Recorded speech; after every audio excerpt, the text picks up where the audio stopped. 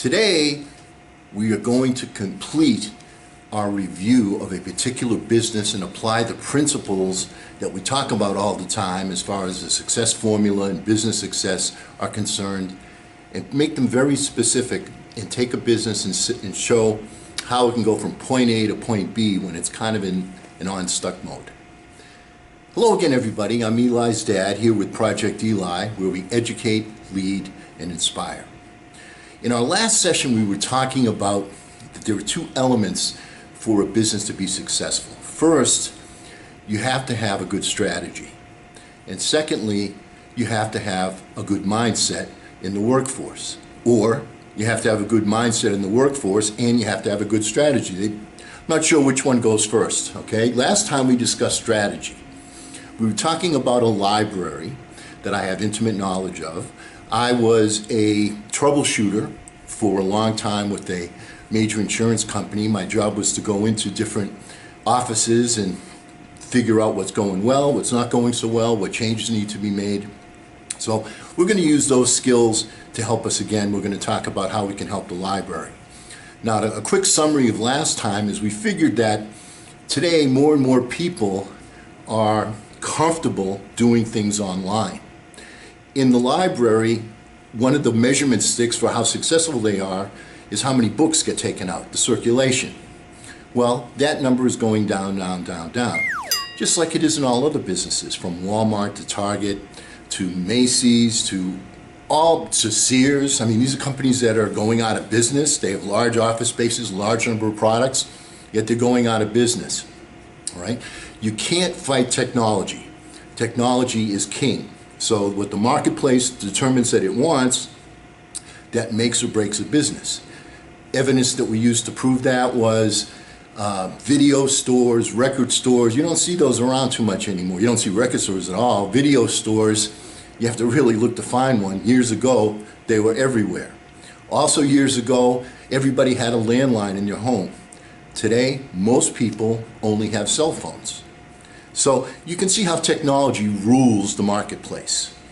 All right. Now, one of the things that we talked about was that the library does have an online presence, and the numbers in the online presence are rising. So they're doing some good things there.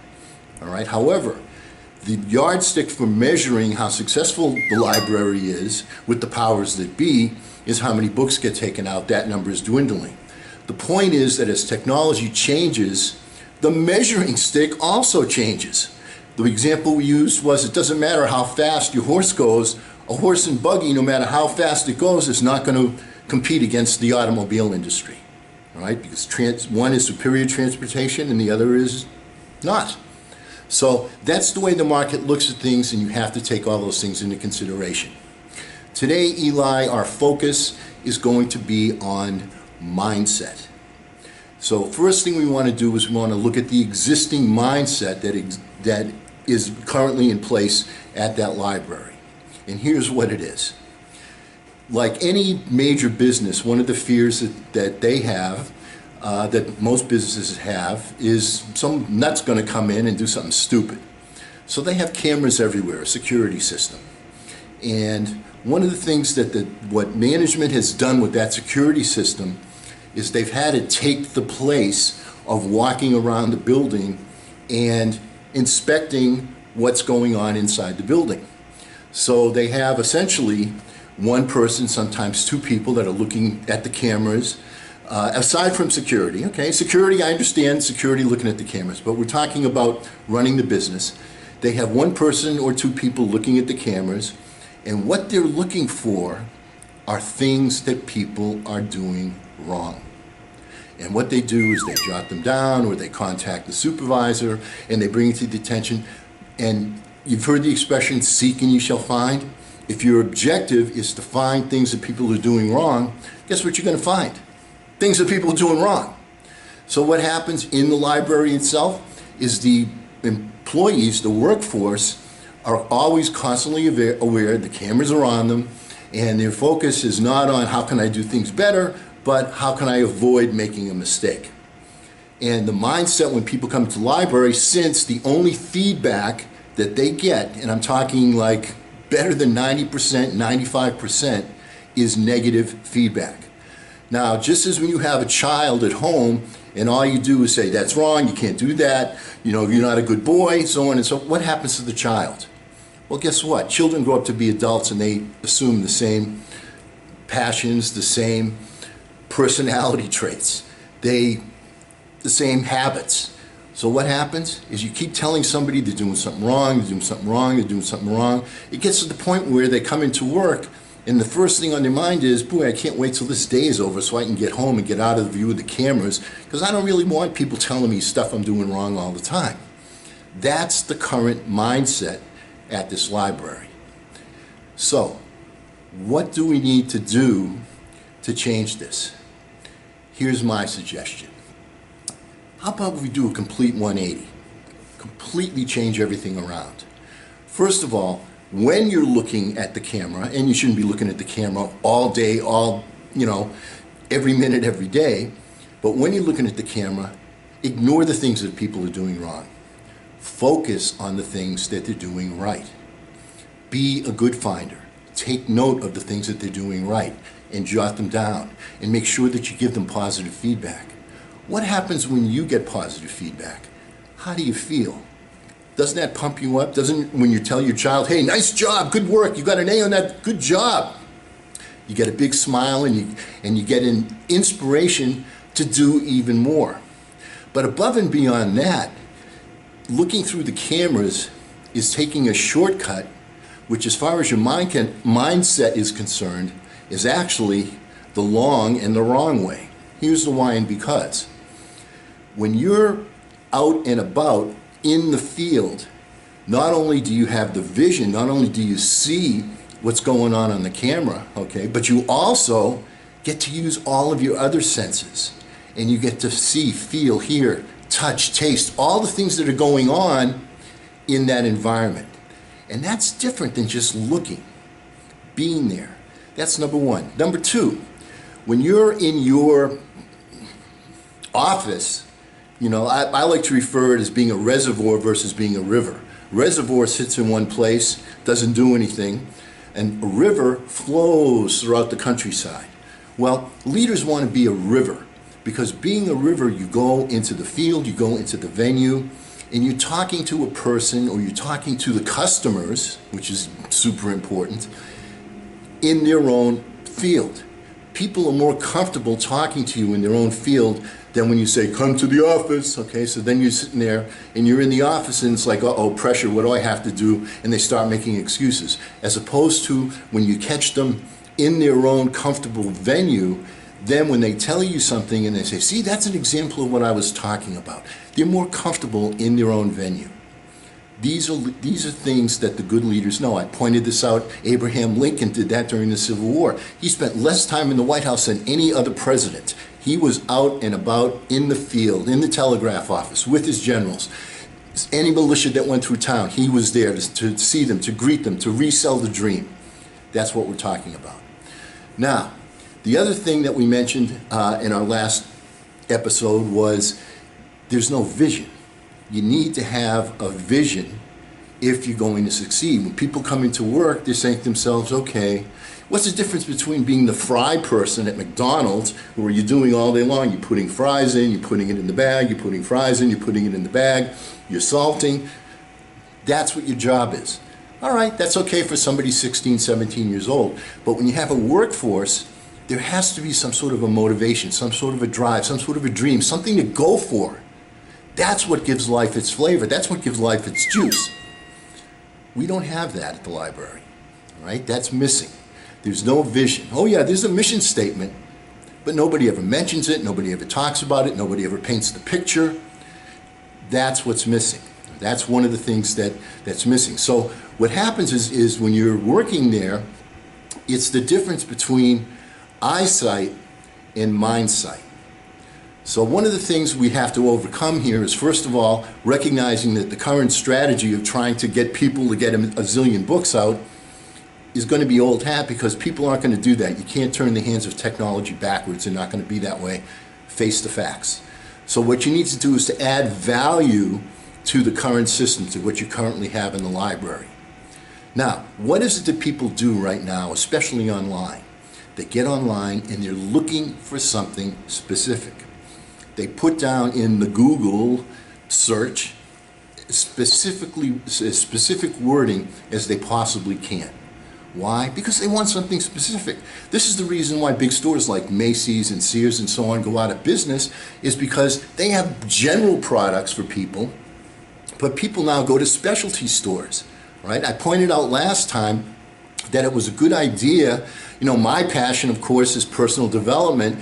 That's what I see, all right? The person that runs the library, one of her passions is hearing impaired people. So sign language is a big thing. My point is, there are all sorts of different communities around. Let's specialize in these communities, give people something specific, make the library a target, make this particular library a target for people to come not just from the city that we live in, but also the greater metropolitan area. Now, one of the things that you want to do is you want to change that mindset where people are looking around, wondering, they're trying to avoid making a mistake and trying to do something right, trying to avoid doing something right. So how do you do that? Once again, let's make a 180. Let's look only at things that people are doing well, and let's reward people. Let's say, as an example, the customer person of the week who did the best act of the whole week. All right, let's have one particular vision that would be very, very simple. Let's say we want to be the friendliest library in the entire metropolitan area. Let's not forget that the closest distance between two people is a smile. So let's smile at everybody. Let's talk to the people when they come in. They've mentioned that before. They've said, you know, let's engage but it's not a vision, it's not a dream, because they just said, let's do it. They didn't say the why and because. All right, here's the why and because. We want to be the friendliest library in the metropolitan area. And to do that, we need to engage with our customers. We need, and when you do that, you say to them, so what is it you're interested in? Why? Okay, I see you want this book. Why do you want this book? I see you want this on the computer. Why do you want this on the computer?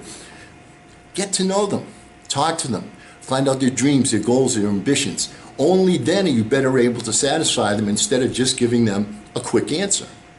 Does that make sense? All right. Secondly, let's have a reward system for ideas. Let's say that the person that comes up with the best idea gets $25 gift certificate, something like that. All right. People don't know that 2/3 of all new business innovations come from the rank and file in the workforce. They don't come from upper management. 57% of the top 500 CEOs surveyed got their original idea for their businesses by spotting an opportunity in the industry that they worked in. 23% of the top 500 CEOs got their original idea for the businesses by spotting an opportunity in an industry related to the one that they work in.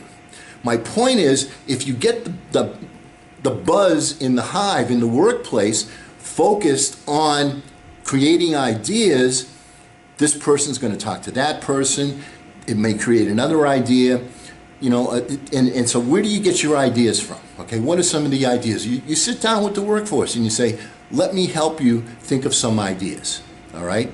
First of all, how about a theme or a problem from your daily life and why it makes sense? A theme or problem from your daily life. Let's try and solve that. The chances are that if you have that particular problem, other people are going to have that problem as well, and including your customers. All right, let's focus on emerging trends. Let's focus on a gap in a specific market. Let's focus on a drive to help other people in an inventive way. Take the same concept and change it, like Netflix did. The video stores are now gone. You know why? Because people can get their movies online. A special skill or expertise that you possess, that would be an important thing. What are your hobbies? What is the most meaningful part of your day? What are some topics you can enjoy writing a 1,000-word article about? What do you love doing? What is the achievement that would make you feel particularly proud of yourself? Are there any specific aspects or functions that you love about your current job that you'd like to see expanded? How about any childhood dreams that you still find intriguing and are exciting? Now, if you had to choose just one thing to be remembered by, what would it be? Remember the success formula. Once again, people don't have to understand how it works because it's a law of the universe. It works whether you're doing it consciously or unconsciously. If you can give people ways to come up with new ideas, and they'll start thinking about things like that. They'll think about new ideas. They'll think about their issues. They'll think about how to solve them. They'll think about ways to make things better. They'll think about their customers, what customers want. They'll think about all those different things. That's what a business needs, am I right? Now, also remember how great ideas are born. First, you plant the seed.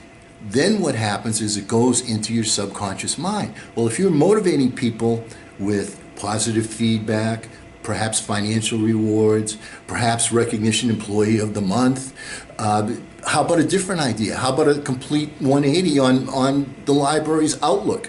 Instead of focusing on, boy, what do we have to do to survive? Boy, this is a tough situation. How about saying, not only are we going to survive, but we're going to thrive.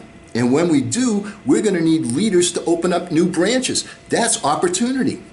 Plant the seed of opportunity with the people in the workforce. That'll get them motivated to come up with some new ideas, because people that come up with the ideas are the first people that you look at to be leadership, because they're the ones that are going to help implement those ideas. Am I right on that?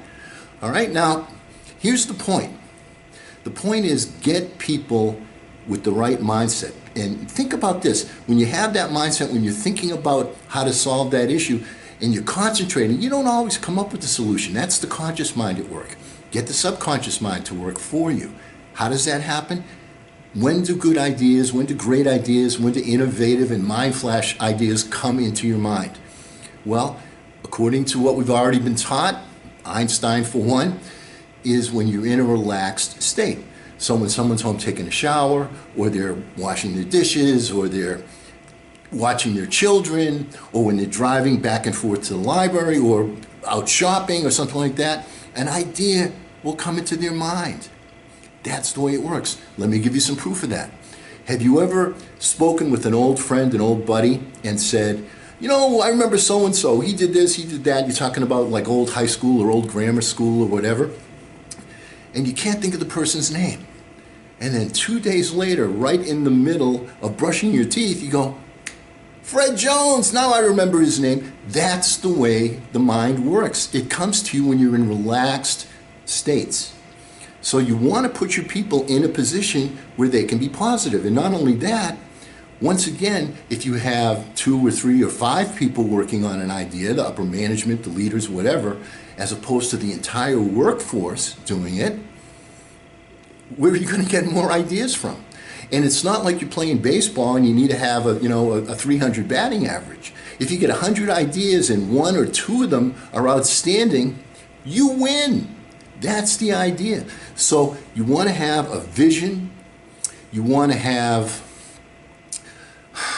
champion that vision. You need the workforce to accept, to buy, to be thinking about that vision. You want to go around and give positive feedback and reinforcement, so that people are, instead of thinking about negative stuff, they're focusing on what more can I do? What more can I do? All right, and you can give rewards, you can give financial recognition, you can give whatever. All right, these are the things that motivate a workforce, that keep a business thriving. Remember, good ideas can come from everybody, and most of the time, they don't come from top management. All right, so that's my little soliloquy on how to improve the library and pump some new blood into it. And I want to end with our thought for the day. And our thought for the day comes from Jonathan Ives, who's the Apple chief designer. And this is what he said about Steve Jobs. You know who he is. You see, I think he better than anyone understood that while ideas ultimately can be so powerful, they begin as fragile, barely formed thoughts, so easily missed, so easily compromised, so easily just squished. Do you want to have ideas squished, or do you want them to flourish? And because we never end our meetings on a philosophical note, let's get out there and charge! I'm Eli Eli's dad.